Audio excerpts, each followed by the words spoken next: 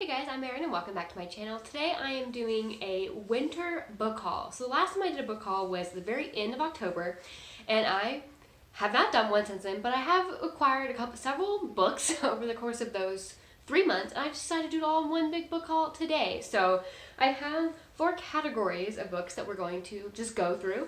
The first one I'm going to go through is Book of the Month books. I got 3 Book of the Month books since the last book haul.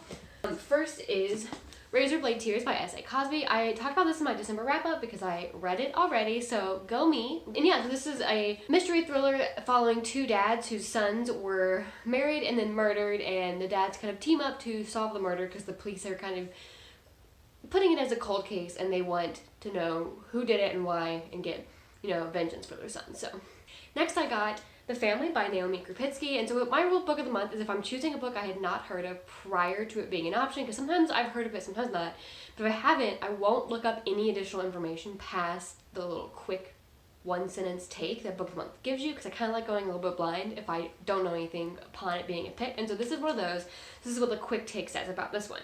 Set in mid-century Brooklyn, a story of a decades-long friendship between 2 women bound by the sins of their fathers. And so the font on this is giving me like Godfather vibes, so I'm hoping it's kind of like a mafia, like the sins of the fathers is a mafia story, but I don't know. My mom read it because she also gets Book of the Month, and she liked it, but I did not want to hear any details about it other than just her general opinion. So, and then the last one I got, I don't have to hold up because it's on loan to my mom, and it is A History of Wild Places by Shea, Ernshaw. This is another one I had not heard of prior to it being a pick, and so the quick take on this one is a mesmerizing tale about the search for a missing woman last seen going into an isolated forest town with some secrets. And so I've also actually already read this one, and I read it in January, so I will be doing my full thoughts on that soon in my January wrap-up.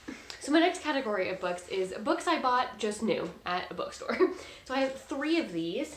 The first one is The Last Graduate by Naomi Novik. This is the sequel to A Deadly Education, which I read and loved in December, and so I picked it up at my local bookstore because they had a copy. I was like, I need a copy, so here we are. And so this series takes place in the Scholomance, which is this magical school that's filled with monsters, and to graduate you pretty much survive, and there's no teachers or staff or anything. It's just kind of like a magical setting that like is charmed to produce food and assignments to hand to students and stuff. And yeah, so again, I really love the first one, and I'm excited to pick up the second one before the last one comes out this year. Next, I got The Vanished Queen by Lisbeth Campbell. So this is one that I've been eyeing on like Barnes & Noble shelves since it came out in like late 2020.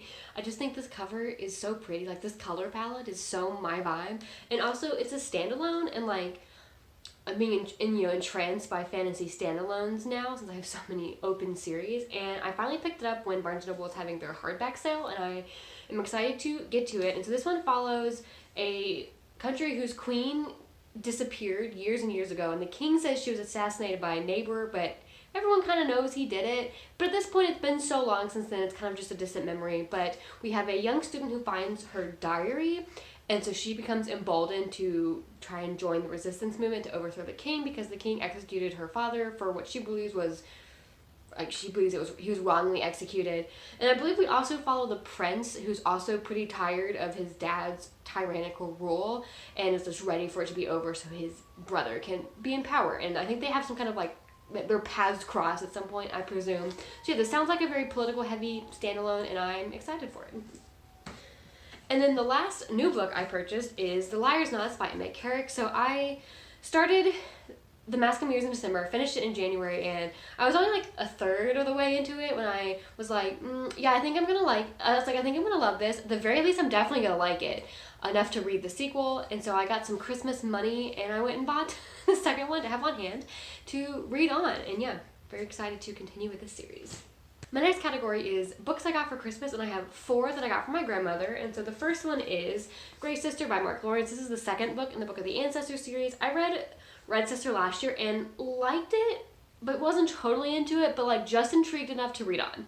It was like the problems I have with it felt like a lot of the ideas hadn't quite come to fruition like I thought they should have, but I was like, it is the first in a series, so hopefully if I read on, they will come to fruition in the later books. So I'm excited to try and get the second one to try, and I'm hoping I'll like the second and third one even better than the first one. Next, I got books 2 and 3 in the Swords and Fire series. So that is the Defiant Heir, which is book 2, and the Unbound Empire, which is book 3, by Melissa Caruso. So I read book 1, The Tethered Mage, the second half of last year, and I enjoyed it. I thought it was fun, and so I'm definitely excited to continue on in this series and hopefully finish the series this year. And then lastly, I got an adult romance, Isn't It Bromantic by Lyssa K. Adams. This is the 4th book in the Romance Book Club series, which I think is just a fun series. None of the books are like standout super favorites, like 5-star favorites, but they're all really solid, and I just have a good time with them. I think the like the bromance book club itself and the stories is just like kind of fun and campy, and I enjoy it. So I'm excited for this 4th one, though I do think I've heard kind of mixed things about this one compared to some of the previous ones, but I still have high hopes for it. I think it'll be fun.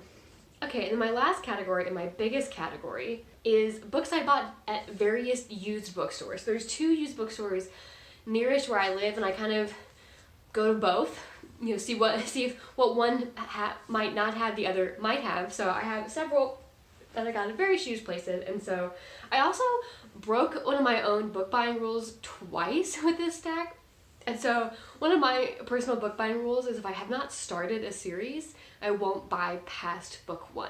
I know a lot of people like to buy full series, and you know, if it works for you, it works for you, but I don't like to buy past book 1 if I have not read book 1, just in case I don't like book 1. I don't want to get stuck with books I don't like. Once I've read book 1, I'll buy multiple. If there's more, like I'll buy 2 and 3 together, like I won't just buy one by one, but if I haven't read book 1, I usually only stick to buying book 1, and I broke that rule twice with this stack. So the first book I broke this rule on was Witch by Brennan. This is the 2nd book in a duology.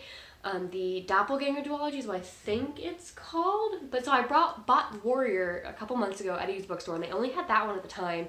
And then I was at a used bookstore with my mom, and I saw this one, and I was like, ooh, this isn't like a super popular series that I feel like is easy to find in a used bookstore or a new bookstore. Like, I definitely have not seen this series at my local, just Barnes & Noble either, so I wanted to snap it up while I was seeing it, and so I felt like this was a pretty safe gamble as far as buying the sequel. I haven't read the first one because this is by Brennan, who wrote one of my favorite series of all time, and I've since read a 2nd series by her and liked that one as well, so I feel like I've kind of confirmed it wasn't just this particular series that worked. I've liked 2 series, so hopefully a 3rd one is a good gamble, but I guess we'll see if that's true. Oh, and so I believe this series is about a world where whenever a witch is born, a doppelganger is also born or created, and the witch has to kill their doppelganger in order to like become fully powered. I think. I have not read the blurb on the first one since I got it, admittedly, and I don't want to read the blurb on this one because it's book 2, so hopefully that's sort of right. The other series I broke this rule on, I just bought the whole series just in this one purchase. Unlike that one where I bought them separated. So that would be the, what is this series even called? The Age of the Five trilogy by Trudi Canavan. So book 1 is Priestess of the White. Book 2 is Last of the Wilds. They're kind of glinty. And then book 3 is Voice of the Gods. So this is another one.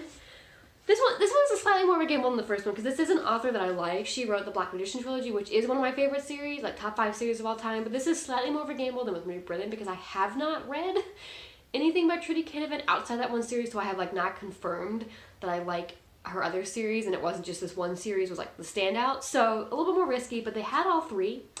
And at the bookstore, I've seen at the same bookstore they have had book 2 and 3 in hardcover for a while and never book 1. So when I saw the whole series in mass market paperback, I was like, I just feel like I gotta snap it up because she's one of these authors that I definitely really want to read more of her backlist. They had the whole trilogy, so I was like, just doing it. I'm just going for it. Let's do it. So hopefully this pans out for me. And I'm gonna be honest, again, I don't actually know what the series is about. I just picked it because I like the author and they had all of it. So let's see. I'll read just the little blurb here. In a land on the brink of peace, watched jealously by a ruthless cult from across the sea and beset by hidden enemies, 5 extraordinary humans must serve as sword and shield of the gods. So we'll see if I like it. The next three my used book stack are ones I bought for part of my reading backlist female fantasy authors, and the first is Daughter of the Forest by Juliet Marillier. I actually have already read this. I read this, finished it a couple days ago actually, so you'll hear my thoughts on it in my January wrap up, but this is a fairy tale retelling of the Six Swans fairy tale. It's also the first in a trilogy. I don't know if the second 2 are also fairy tale retellings, because I think we covered the whole Six Swans one in this, so it wouldn't be continuing that one. But anyway, so this one is Six Swans for sure. And yeah, I'll talk more about my thoughts in another video. Next, I got The Curse of Chalion by Lois McMaster Bujold. So this one I think is about this guy who ends up tutoring like the princess or like someone in the royal noble family, and also the noble family I think has some kind of like curse on their house, and I'm not really sure much about that. This is one that I've seen recommended a lot just like on online forums. It's like of the backlist ones, it's one of the ones I had heard of just mentioned the most, so it's one that has piqued my interest the most, which is probably why I decided to pick it up instead of getting it from the library. Yeah, we'll see. And the last one I got as part of my backlist reading from the used bookstores is The Curse of the Mistwraith by Janny Wurts. So this is the first in a super long, I think the series is like 10 books or something, but it's about these two half-brothers who've been feuding, and they have to work together to defeat some kind of, I think, Mistwraith that's like blocked the sun or like destroyed the sun or something like that. It made it sound like it's like some kind of like the balance of humanity level whatever they did. So yeah, interested to try this one. This is one I have not really heard much about, just in the book community, so I'm intrigued by it. And then lastly, I have 2 books in the same series. This is book 2 and 3 in the same series. So we have book 2, which is The Name of All Things by Jenn Lyons, and then The Memory of Souls by Jenn Lyons. These are in the Chorus of Dragons series. So I read The Ruin of Kings in January, and I'm as part of a read-along, so I liked it and wanted to keep on, so I went ahead and got books 2 and 3, so I was ready for February and March in that read-along. So excited to read these. This series follows Kieran, who discovers he's actually this long-lost son of this noble family, and he kind of gets thrust into the court politics of that. And that is a really, really simple explanation for a quite complicated book, but it was good. It has really, yeah. I'll keep my thoughts for the for the wrap-up and not go into them here. So that was my winter book haul. If you've read any of these books, let me know what you think, which ones I should pick up from the ones I haven't, because I was actually impressed. There's actually a couple in here I'd already read, which doesn't usually happen on book hauls. So, yeah, and I will see you in my next video.